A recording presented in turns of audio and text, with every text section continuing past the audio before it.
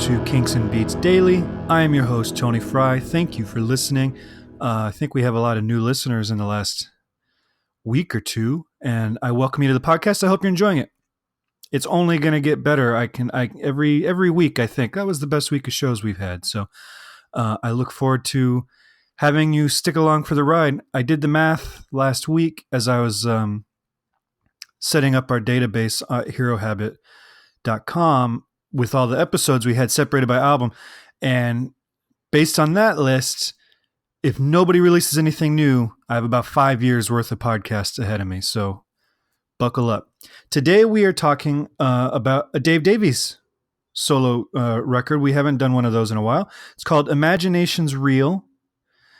And it was released on July 9th, 1980 on the album AFL 1-3603. Which you might think is a strange title, some kind of weird Star Wars robot or something. It's actually the barcode for the album. And you have to remember, this is the early days of putting barcodes on everything. So to this point, and if you go and look at old vinyl, if you're thumbing through a record store, there's no UPC codes on anything. And about this time, they start placing it on there, and I guess Dave, was taking a stab at it because, it messes up the album artwork and all that kind of stuff. But this was a relatively new thing in early 1980, so it's just named after the barcode. Dave, on this track and most of the album, performs all the instruments, and it actually showcases his ability as a a multi-instrumentalist. Because the bass work on this tune, Imagination's Real, pretty solid bass work. And the drum work is nothing, his strength is obviously fretted strings. But he's doing a solid job. It's solid, studio drumming. The album was a hit, peaked at number 42, and it actually came out about a month after the Kinks' One for the Road live album came out. So they are putting out a lot of material. They're on the road. They're doing a lot of stuff at this point and selling a lot of records and enjoying some success in America. I will be honest with you. I have not dug deep into the Dave Davies solo catalog. Frankly, there's not a ton of it. I've heard some of his more recent stuff, but some of his older stuff, before Spotify especially, was really hard to come by, at least here in the United States. So I haven't dug too deep in it, but we talked about it before, and I'm going to say it again. This song is solid. Maybe should have been on a Kinks album, because this is a good song. It kind of reminds me of Long Away. Was that what it's called? Yeah, by Queen. It's written by Brian May of Queen and performed by Brian May, because it's got this orchestrated guitars and kind of this soft, whispery voice.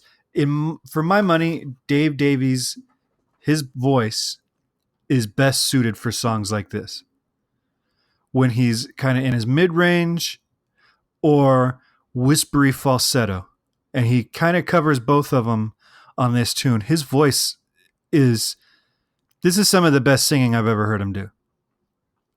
And it fits the song, and it fits this, there's a lot of guitars on it, but it's not heavy. It's, it's a clean guitar sound, and it's very orchestrated, and the chord progression is nothing particularly difficult or crazy, but he utilizes a lot of descending bass lines and stuff to give that chord progression some forward motion and a little bit of movement. And so having all those guitars and the bass orchestrating all this makes up for the fact that you don't have a fantastic piano player like John Gosling or whatever playing keyboards under it, or the fact that you don't have a professional drummer like Mick Avery playing drums on it. It's made up by the fact that Dave is orchestrating these really lush and intertwined guitar lines. And it's good stuff. The recording was probably done in January 1980. There wasn't a ton of time for Dave to sit down and do this because they were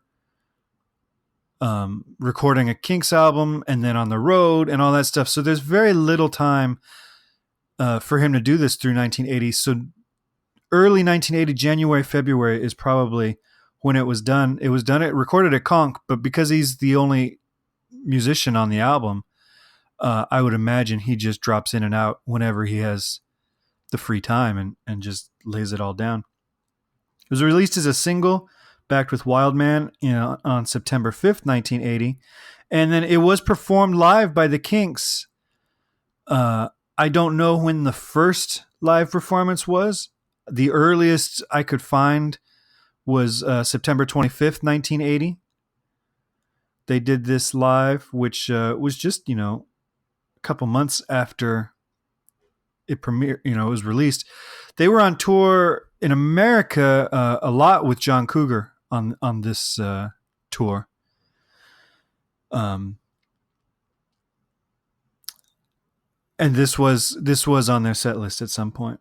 So Dave said of the song, it's about how if everything around us is a product of our imagination, we can imagine the world being whatever we want it to be. And I've said this before about other songs, particularly Ray's song. I think I said it last week, actually. It's funny how sometimes these songs that have kind of a message of we can make things better. These are the dark days, but it's going to get better. We can, come together and make things more joyous and peaceful, that were written 30, 40, 50, 60 years ago seem more relevant today than ever. So start imagining a better world, I guess would be the moral of this podcast. But if Dave ever listens to this podcast, I got to tell you, man, this is a strong song. And I would love to have you visit and chat about this whole album with me. But go check it out. It's on the Spotify playlist that we've got. If you search for Hero Habit or Kinks and Beats Daily on Spotify, it should pop up. Also, if you go to herohabit.com on the podcast page, the Spotify playlist is embedded right there on the page, so you can find it there. Also, over the weekend, if you're listening to this in real time, I did a complete overhaul of the Hero Habit community. And I would love if you guys would join us over there. I put up a Kinks and Beats Daily discussion group, so you can sign up and start talking about the Kinks and the Beatles with other like-minded fans. And we're trying to keep this, the Hero Habit community, strictly sports, pop culture, and collectibles. No current events or politics or religion or anything like that. You can save that for Facebook. We're going to create a diversion at this place and have just a nice fun time. So swing by herohabit.com and do that. Or you could also follow us on Facebook, Instagram, and Twitter at Hero Habit. Tomorrow we are talking about one of my least favorite Beatles songs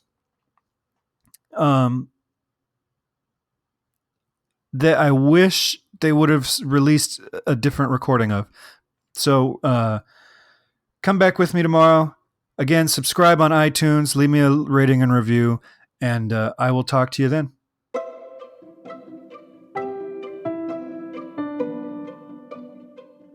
This podcast is presented by the Hero Habit Podcast Network. Swing by herohabit.com today to comment on this episode and poke around our growing database of sports and pop culture news, reviews, and collectibles. herohabit.com. Collect your heroes.